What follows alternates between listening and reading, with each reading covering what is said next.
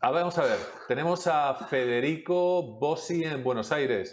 Federico, a ver cómo vas hoy vestido de elegante. A ver qué les parece. ¿Qué tal? Buenas noches. ¿Cómo les va? Hombre, ¿Qué dicen? Federico, ¿te parece que vas de boda siempre? ¿Cómo estás? Bien.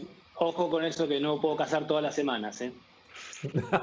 A ver, cuéntanos cuál es la situación en Argentina. Bueno, les cuento. A ver, vamos con los números primero. En Argentina tenemos hoy 2.669 casos confirmados de coronavirus. Tenemos una cantidad de fallecidos de 123 y un número de recuperados de 666 personas, lo que deja un total de 1.880 enfermos activos, infectados activos, y sitúa la tasa de letalidad en la Argentina en el 4,6%. Esos son los datos al día de hoy en la Argentina.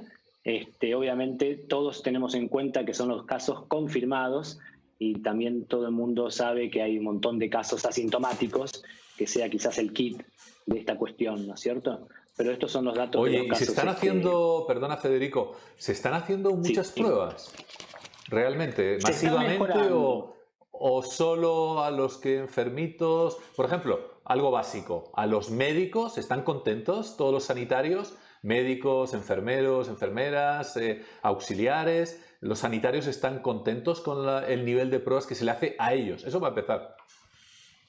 No, te diría que en ese caso, en ese supuesto la respuesta es no. Incluso en estos días estuvo habiendo muchas noticias de enorme cantidad de médicos y enfermeros infectados en varios centros de atención, de que hubo casos quizás no reportados como correspondía o que no se les proveyó al personal de salud los elementos de seguridad necesarios.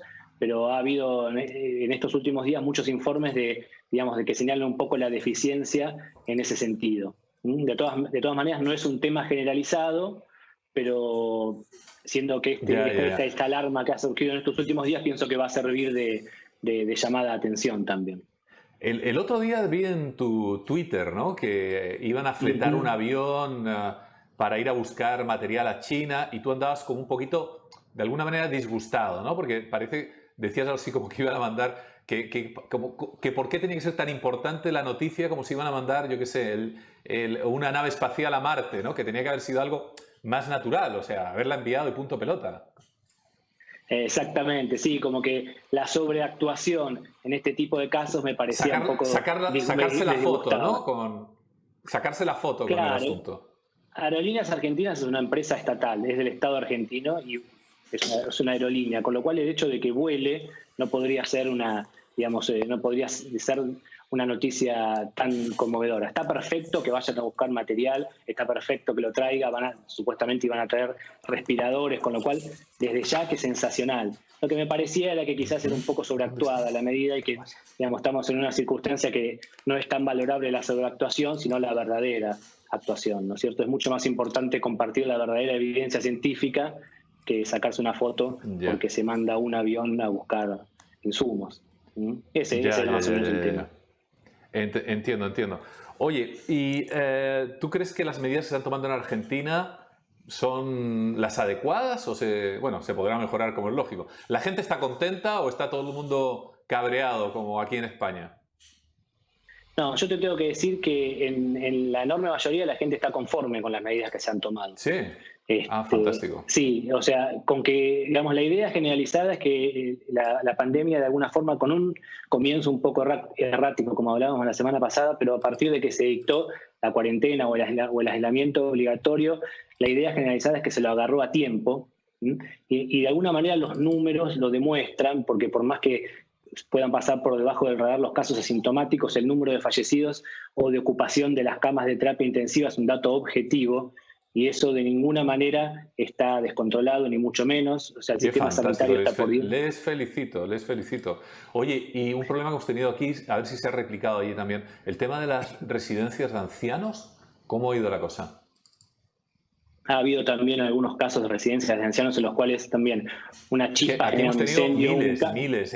En Madrid 4.000 y pico, 5.000, 6.000, realmente ni sabemos cuántos miles de personas han muerto ancianas. Es decir, los padres de toda una generación de españoles, una barbaridad de gente ha fallecido, Federico. Allí no ha pasado eso, afortunadamente. Por suerte no ha pasado en esa escala. Hubo casos aislados que han salido en las noticias de contagios en residencias de ancianos que generan un efecto dominó lamentablemente letal para esa franja etaria de la población. Lo que pasa que, por ejemplo, el gobierno de Buenos Aires eso también lo previno a tiempo, porque una de las primeras medidas que dictaron, incluso antes de la cuarentena a nivel nacional, fue que en la ciudad de Buenos Aires suspendieron las visitas a ese tipo a las residencias de ancianos o geriátricos, como le decimos acá en Argentina.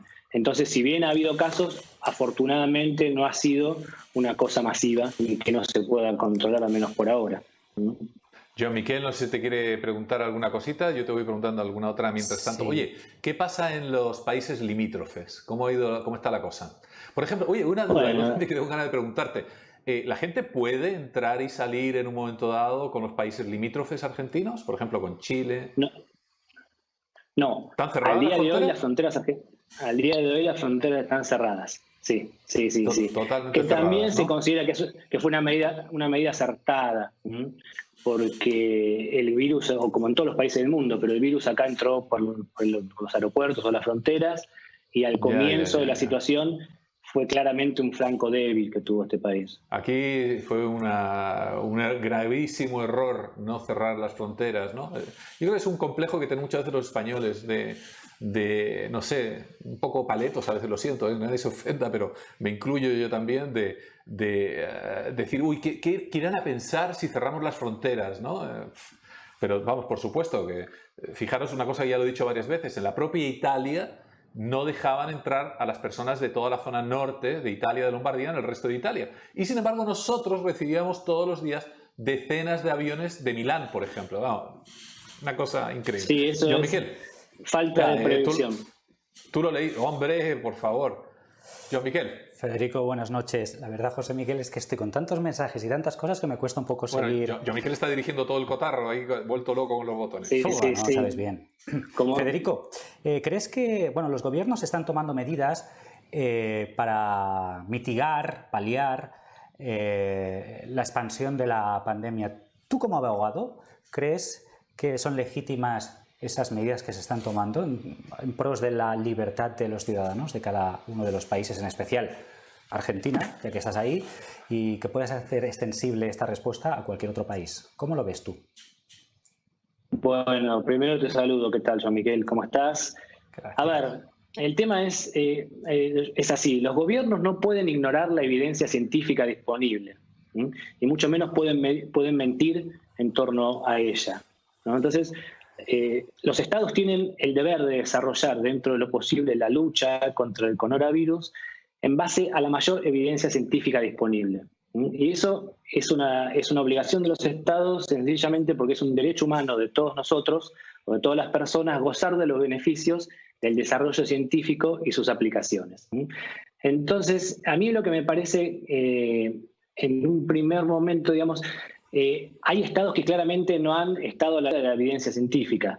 Hay estados que no abordaron la pandemia desde el comienzo como sugería la evidencia científica, ¿no es cierto? Entonces me parece que en esos estados que se demoró el tratamiento de la cuestión, claramente hay incumplimiento de parte de los gobernantes. Eso Permíteme, ¿estás hablando de algún... Sí, Federico, ¿estás hablando de algún estado en concreto, con nombres y apellidos? A ver, las noticias o la información indica que, por ejemplo, Brasil, México, Estados Unidos han sido probablemente países que han abordado en un principio con una, digamos, la pandemia no de acuerdo a la información científica que había, ¿no es cierto? Apostaron más a la economía que a la salud. Bueno, en Brasil los ejemplos son claros, que el presidente dijo que era una simple gripecita o una lluvia que iba a mojar a algunos, y probablemente la evidencia científica ya mostraba otra cosa. Eso con respecto a los países que la abordaron mal. Pero los países que la abordaron bien también tienen obligaciones. A ver, los estados tienen la obligación de invertir en desarrollo e investigación. digamos, gradualmente lo van haciendo. Lo que yo veía al principio, que me parece que no puede ser, es que los estados en este siglo luchaban contra la pandemia de la misma forma que hace 100 años. O sea, si uno buscaba en Google imágenes de la pandemia de 1918, veía a las personas combatiéndola con mascarillas y distanciamiento social. El mismo método 100 años después. ¿No es cierto?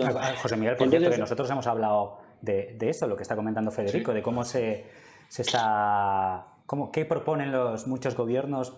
Son medidas de otras épocas. De la Edad Media. Es decir, lo que se hacía en la Edad Media. Cogía a la gente... Y eso es un incumplimiento de parte de los estados. Se aislaba, ¿no? Los muertos los tiraban así con palos a las fosas comunes. En el fondo, en 500 años no hemos solucionado mucho.